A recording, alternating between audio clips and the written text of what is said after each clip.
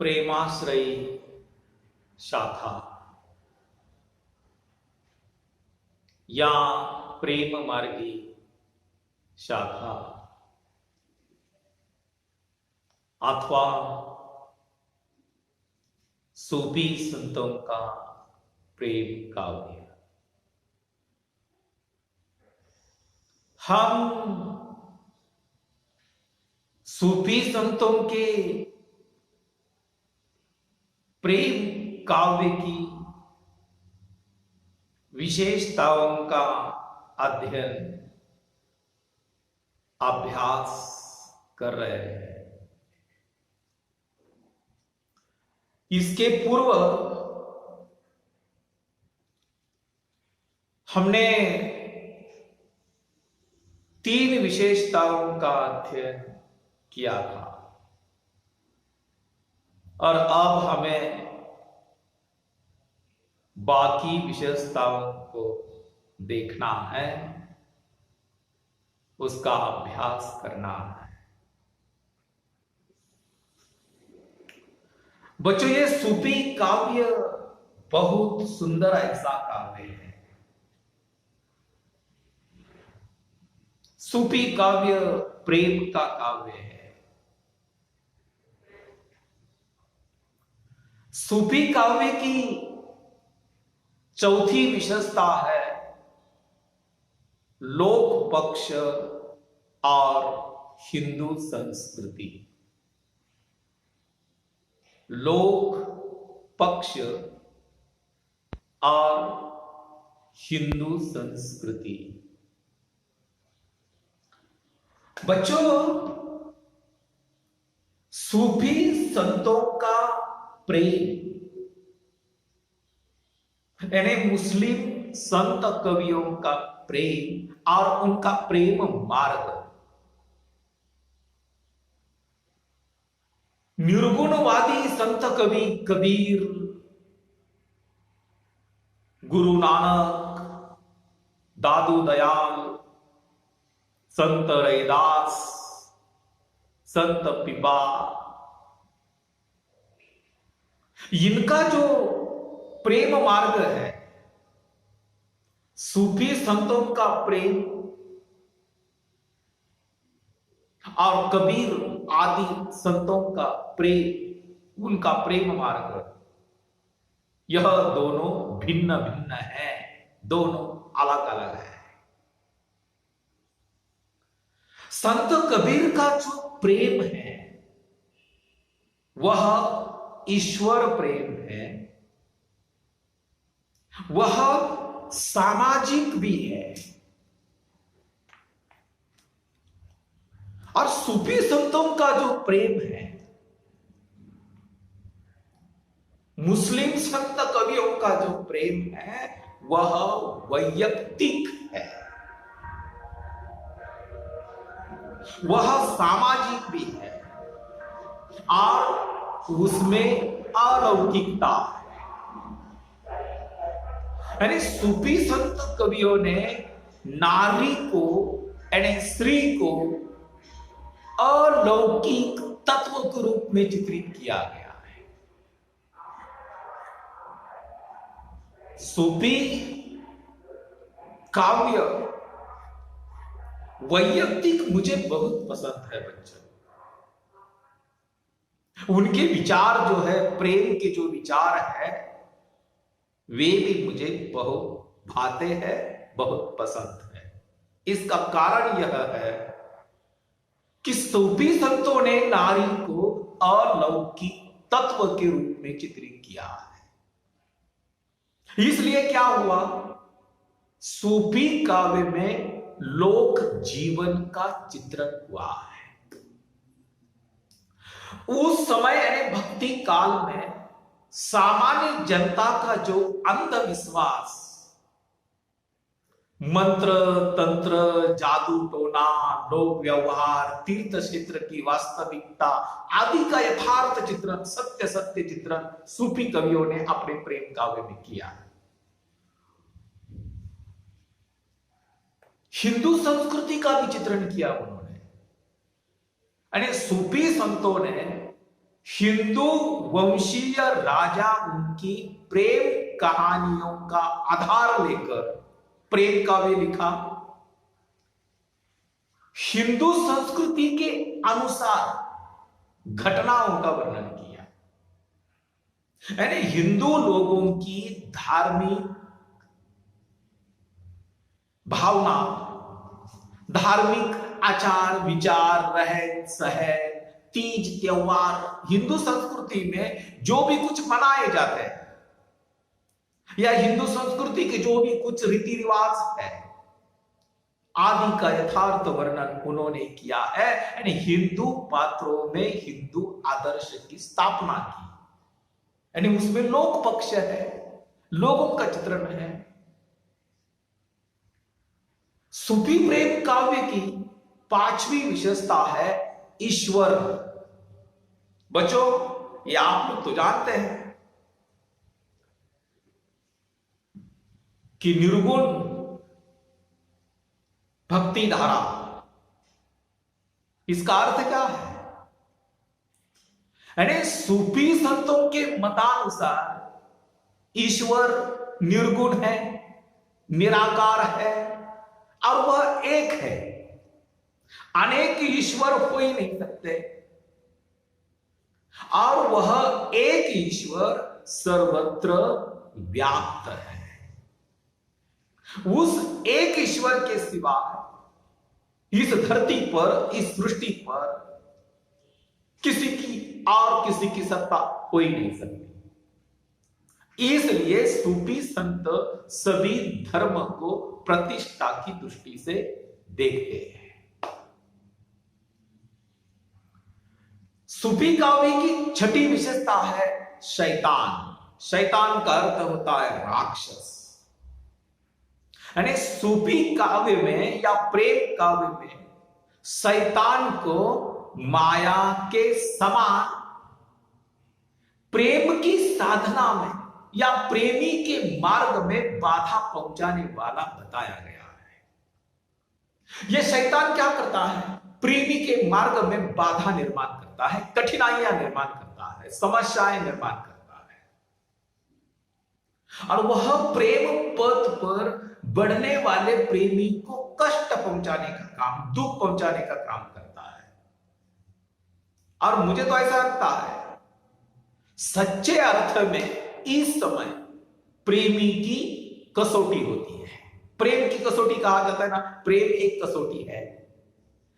प्रेमी जब अपनी प्रेमिका को प्राप्त करने के लिए निकल पड़ता है, उसे मिलने के लिए निकल पड़ता है, बीच में शैतानी कृत्य करने वाले जो प्रवृत्ति है उसी का नाश करने के बाद यह प्रेमी अपनी प्रेमिका तक पहुंच जाता है, वह सिद्धि प्राप्त कर लेता है।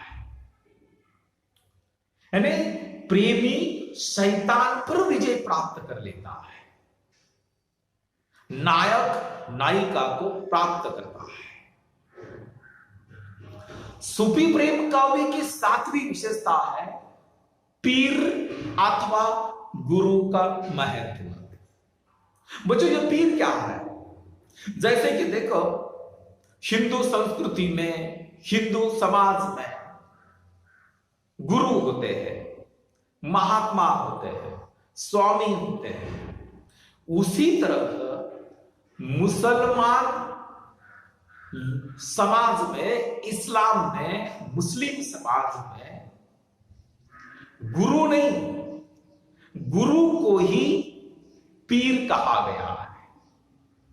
बच्चों, कई साल पूर्व आपने इस्लाम धर्म का इतिहास देख लिया तो समाज में प्रबोधन करने वाले या समाज को ज्ञान देने वाले पीर हुआ करते थे।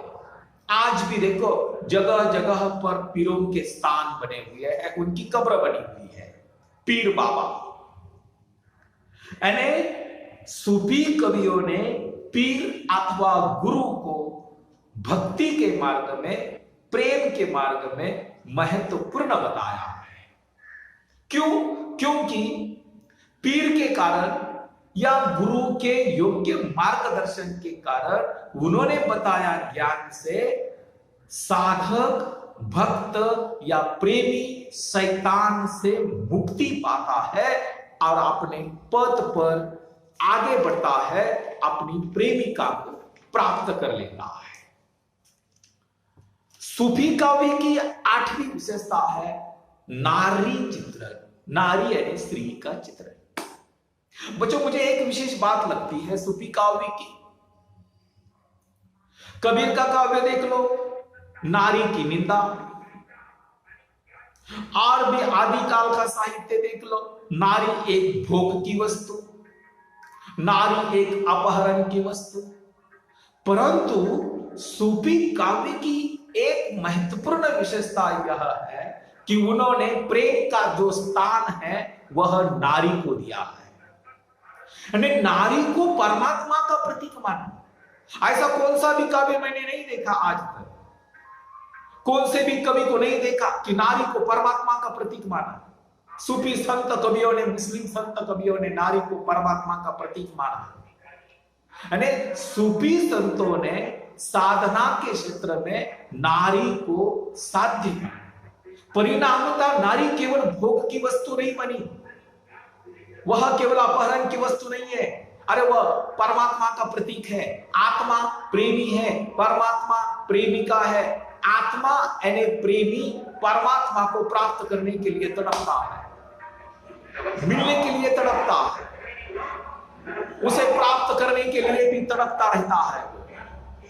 यानी प्रेमी प्रेमिका को प्राप्त करने के लिए तड़पता है। इसका अर्थ यह है कि एक आत्मा परमात्मा को मिलने के लिए तड़पता है। यानी नारी केवल एक भोग की वस्तु नहीं है, वह अपहरण की वस्तु नहीं है, वह खिलौना नहीं है। उसका अस्तित्व क्या है, उसका वजूद क्या है, तो वह परमात्मा है, ईश्वर का प्रतीक है नारी। सूफी काव्य की 9वीं विशेषता है प्रेम कहानियों की मूल प्रेरणा।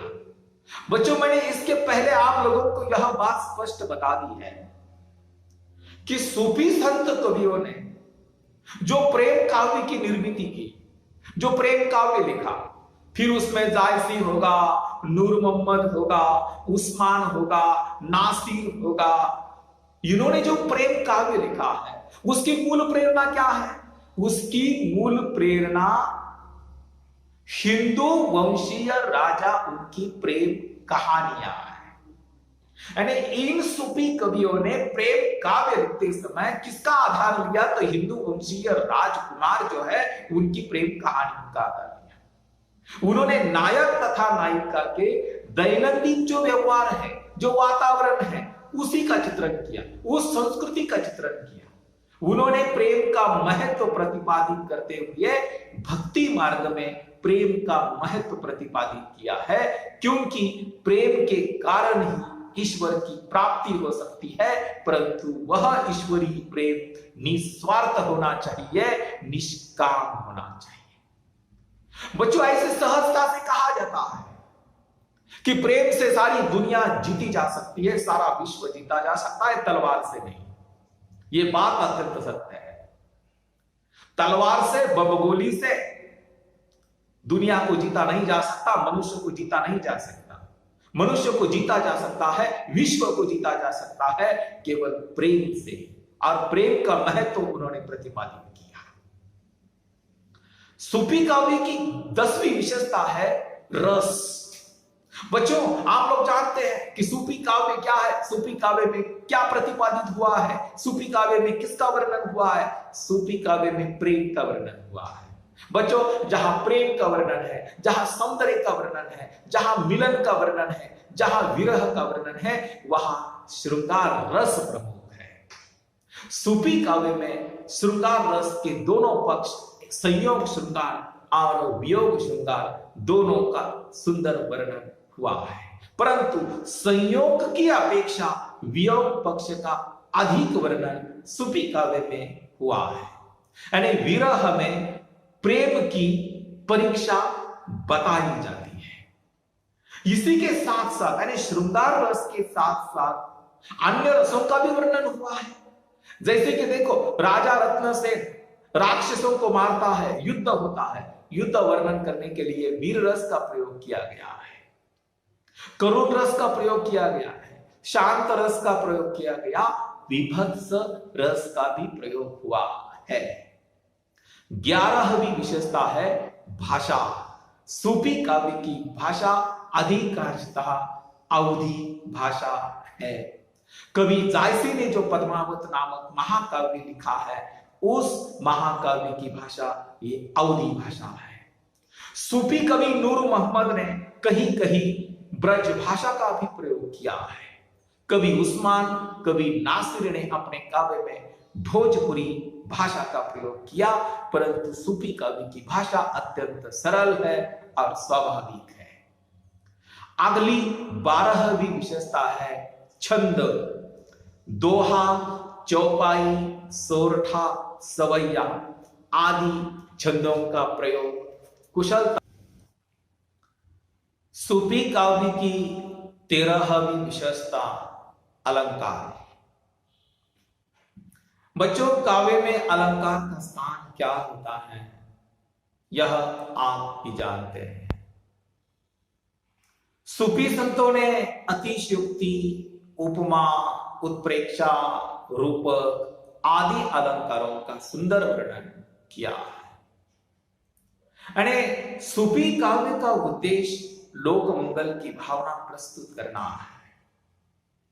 यानी अपने काव्य द्वारा इन कवियों ने धर्म, वर्ण, वर्ग भेद को मिटाने का प्रयत्न किया है और इसलिए रूपक का प्रयोग किया गया है।